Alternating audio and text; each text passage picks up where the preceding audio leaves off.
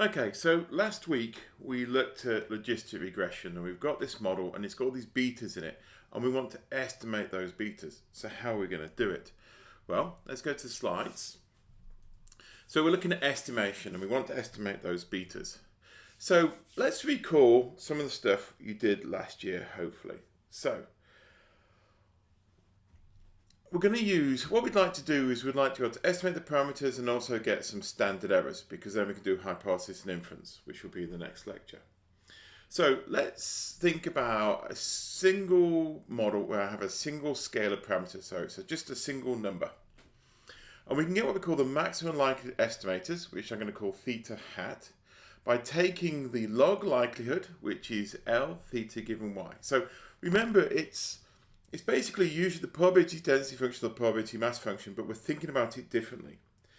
When it's a probability mass function, you have in your parameters, and then you can ask, what's the probability of seeing this data? With log likelihood, we just flipped it. It's the same formula, but we're thinking about it differently. We're saying, we've got this data, what value of theta will maximize the likelihood, or in our case, the log likelihood. We use log likelihood because it's nicer to deal with. Also, there's some really nice properties. We can get a thing called the Fisher information, which is basically you take your log likelihood and you differentiate it twice with respect to theta, put a negative in front to the expected value. This thing called the Fisher information will actually give us information about the variance of our estimate. So that's really cool. We can sort of get that for free. I mean, all the time, all we're doing is differentiating, which is cool. Now, obviously, you can see that this is going to have a theta in it. We don't know the theta, we're guessing it. So what we do is we shove in the maximum likelihood estimator. So that's our Fisher information. We can take that to the next level. Let's say, in our case, we don't have a single parameter. We don't just have like beta 0. We're going to have beta 0, beta 1, beta 2, etc. So what do we do now? Well, now we've basically got our theta. It's going to be basically a p times 1 vector of numbers we're trying to guess. So now we have the same thing. We have a theta hat. Now we're going to have again our log likelihood. And the variance of this theta hat is going to be not 1 divided by the Fisher information, but approximately the inverse of the Fisher information, where the Fisher information now is, again, you've got the expected value, but we're differentiating it twice, but with respect to 2 parameters at a time. And obviously you could do the same parameter twice, and that will give you your variance along the diagonal. So it's a similar sort of idea. Now, instead of just having single numbers, we're looking at big numbers of parameters. So let's actually put this in case of the logistic regression. So first of all, we'll start with the binomial. So remember, we're going to model it. We have ni trials and yi, and we count the number of successes. And we've got this probability of success on the ith trial to be pi I, so that's pi I y. And we've got 1 minus, this is the probability of failure. And notice for each sort of little experiment we're running, because remember we had altogether m experiments. You see we've got m experiments here. So we're going to multiply for each experiment the binomial. But you can see at the moment it's all in terms of pi I, because that's the way we thought about it. We then had that pi I was linked through our link function to our betas. And that's what I'm really interested in. I want to get those betas, which as you notice here, I got the probability of y given beta. There's no beta here yet. It's sort of indirectly. It's implicitly there in the pi's. So let's start to take that. First of all, we're going to convert this into a likelihood. So notice we've changed these now. It's a beta given y. Because we think about y is now given and beta is something we want to estimate. It's an L now because we've taken the log. So when I take the log of this, I get yi log pi I. That's all fine. My product becomes a summation. Over here, I've got ni minus yi times the log of 1 minus pi I, so that's good. Plus, I've got this big horrible thing here. And to be honest, because it doesn't have any pi I in it, and hence no betas, I don't care about it. It's just a constant. When it comes to maximizing this, it's going to make no difference, but it's just there for completeness. The next thing I'll do, I'm going to tidy this up a little bit. I notice I've got a pi I here, and I've got a yi and a log 1 minus pi, so I'm going to simplify that. And then I've also got an ni log pi I. Now this, you should start recognizing the log pi I1 minus pi is the log odds, which we call e to I. And I'm not going to show you, you can try it yourself, but you can show that log of 1 minus pi can also be written as the log of 1 plus e to the e to I. So this is the thing that we want to maximize. How do we do it? What we're going to do is we're going to differentiate that with respect to beta j. So for each of the beta, we're going to differentiate it, and we're going to set that equal to 0, solve that, and that's going to give us our estimates of the beta j's, which we call beta j hat. So, first of all, again, we don't have it. Our function here is all in terms of etas. But we know that we can write etas in terms of a linear combination of the betas and the data. So let's use chain differentiation. So dl by d beta j is going to be the summation as I goes from 1 to m. dl over d e to I, the e to I of d beta j. So this is the sort of connection between our etas and our betas. Well, we can test that if we do d over d e to I of log 1 plus, that gives us e to I plus 1 over, which gives us a pi I. So if we now take this and we differentiate it with respect to our eta, you're going to get yi minus ni, and then we've got that term we just got there. So this is our dl over d beta j. Here's the differential with respect to eta, and then we've just written our d eta I d beta j. So we need to get that term next. Well, that's easy enough. We know that our eta, if we write all the amount in a vector, is x beta by definition of our model, which is, I'm going to write this, this indicates it's basically a vector which individual elements is d e to I over d beta j. That vector, so if I take this and differentiate with respect to beta, is just x. So this thing that we've differentiated with respect, so we've taken our log likelihood, we've differentiated with respect to beta. I'm going to call that the score vector.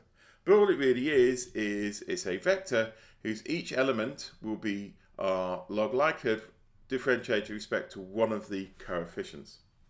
And putting it all together with the two things that we have, we end up, and I'm now putting matrix notation just because it gets complicated, is x transpose y minus mu, where what's mu?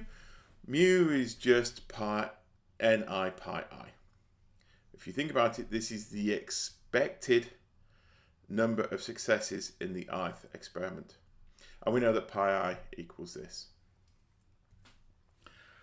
What about the Fisher information? Well, again, there's nice properties. We know that we can just take the score function and the variance of that will be the Fisher information. So we don't have to start differentiating again. We're quickly going to convert this into a variance because we could take this variance quite nicely because we've got something quite lovely here. xi y minus mu, that's quite a nice little linear transform. That's our SB. So we can just take the variance of that. So our Fisher information is going to be the variance of this. This is just a constant, so we don't care about it. And this is the linear form we've been doing before. You take the constant here, bring it out the front, write variance of y and then x. We will just call this d. And what is this? Well, the nice thing is, if you think about each of these y, it is the variance of a binomial experiment. And the variance of binomial experiment is just going to be our variance form of the binomial. ni pi 1 minus pi I. And so the first one is going to be n1, pi 1, 1 minus, then n2. That's going to be along the diagonal. What about the off diagonal? Well, we're going to assume that each of these experiments are independent, so there shouldn't be any reason why one experiment should affect another. So all those terms, the covariance are going to be 0 because they're independent. And this is all coming from really probability and stats, the standard variance of a binomial. Okay, so you've got these things that you could solve. You know, we've got this thing here, and we could just set this equal to 0 and solve, but there's not an analytic solution for that. We're going to have to use the numerical method. So we're going to use the Newton-Raphson algorithm or the Fisher scoring. What does that mean? Well, way back you probably have done the Newton's method. And Newton's method sort of goes, I want to find when a function is equal to 0. So I have a point that I'm guessing, and I can improve it by substituting that into my function and then times it by the tangent.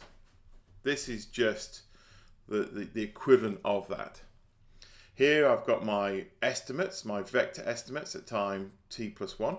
I take my estimates at time t, and I basically adjust by my function, which is my score function, evaluated at t, and my first derivative of this score function.